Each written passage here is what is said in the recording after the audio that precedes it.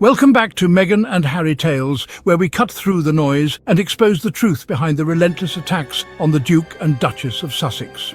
Today, we're diving into yet another desperate and politically motivated campaign against Prince Harry, this time courtesy of the Heritage Foundation and their 2-year-long crusade to weaponize the US immigration system.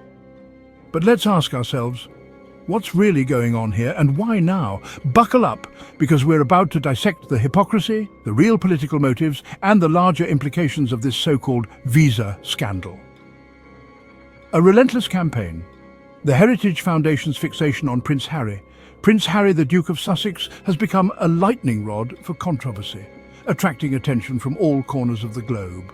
This time it's not about royal rifts or tell-all interviews that have dominated headlines in the past. The conservative think tank, the Heritage Foundation, has launched a relentless campaign against him, focusing on a very specific aspect of his life. Their target? Prince Harry's US visa application, a document that has now become a focal point of their scrutiny. They demand the release of his immigration records, citing concerns about past drug use disclosed in his memoir, Spare, which has been a bestseller and a topic of much discussion.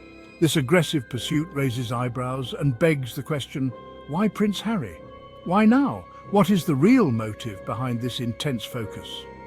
The Heritage Foundation's laser focus on a high-profile figure like Prince Harry smacks of something more than a mere quest for transparency. It seems to be a strategic move. Their actions suggest a calculated attempt to weaponize a personal story for political gain, using Prince Harry as a pawn in a larger game. This is not about upholding immigration laws, it's about pushing a narrative that serves their interests. The Heritage Foundation's motives appear suspect when we consider the countless other individuals who have navigated the US immigration system with similar backgrounds, yet have not faced such scrutiny. Many high-profile figures have admitted to past drug use, yet they haven't faced the same public scrutiny or legal challenges. This selective targeting is telling. This disparity in treatment suggests an underlying agenda, one that seeks to make an example of Prince Harry, perhaps to deter others from speaking out. The relentlessness of the Heritage Foundation's attacks paints a disturbing picture of their true intentions. This isn't about justice or accountability. It's about harassment disguised as concern, a tactic to undermine and discredit. This campaign feels deeply personal, a vendetta fueled by political motivations and a desire to control the narrative. It's crucial to see this for what it is, an attempt to silence a dissenting voice and intimidate those who dare challenge the status quo, a move that threatens the very principles of free speech and fairness. The Heritage Foundation attempts to frame its crusade as a noble pursuit of transparency, claiming to uphold the principles of openness and accountability. However, this argument crumbles under scrutiny, revealing a more complex and perhaps sinister agenda. True transparency should apply universally, not selectively wielded as a weapon against individuals who challenge the establishment or dare to speak their truth. Prince Harry's crime? Daring to break free from the confines of the monarchy and forge his own path. A path that diverges from traditional expectations. His memoir, Spare, offered a raw and honest account of his struggles, including his past drug use, mental health battles, and the pressures of royal life. While some may disagree with his choices or his decision to share his story so publicly, it's crucial to remember that he has been open and accountable for his actions, showing a level of transparency that is rare among public figures. The Heritage Foundation's campaign feels like an attempt to punish him for his candor, to make him regret his openness, and to send a message to others who might consider following in his footsteps. This sets a chilling precedent, one that could deter others from speaking out or sharing their truths. Should we expect all individuals in the public eye, particularly those who dare to dissent or challenge powerful institutions, to face such intrusive investigations and relentless scrutiny? The timing of this attack further exposes the political motivations at play, suggesting a coordinated effort to undermine his credibility and silence his voice. The Heritage Foundation's campaign coincides with Prince Harry's vocal criticism of the British tabloid press and his ongoing legal battles against them, highlighting the intersection of media power and political influence.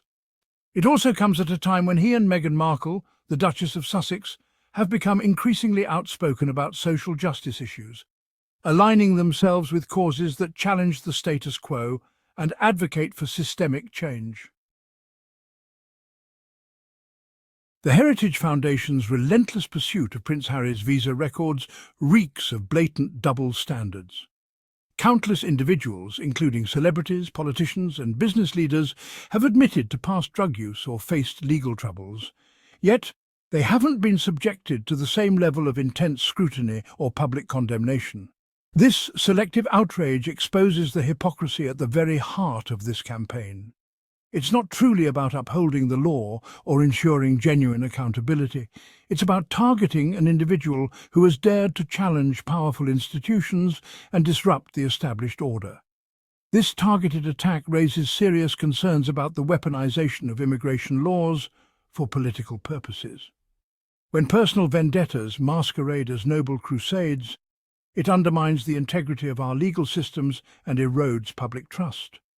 It creates a climate of fear, where individuals are afraid to speak out or challenge those in power for fear of facing similar reprisals.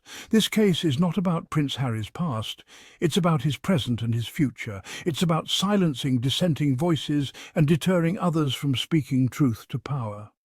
It's about upholding a system of privilege and power that benefits a select few at the expense of the many.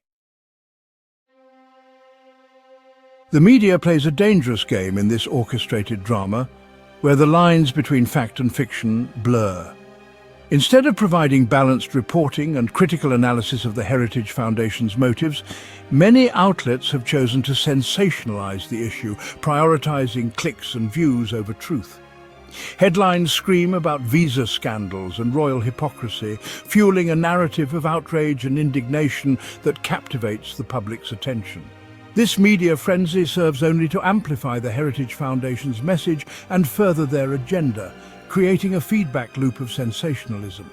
It creates a climate of fear and suspicion around Prince Harry, painting him as a privileged elitist attempting to circumvent the law rather than a person with a complex story.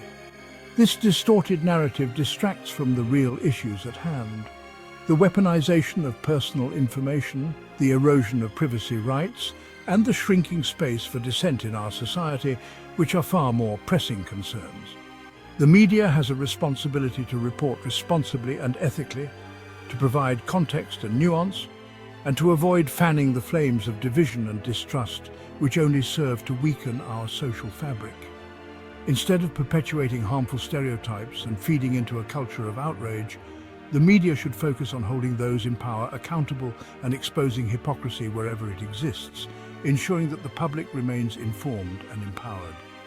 This case presents an opportunity for the media to engage in critical self-reflection, to consider the impact of their reporting on public perception and trust.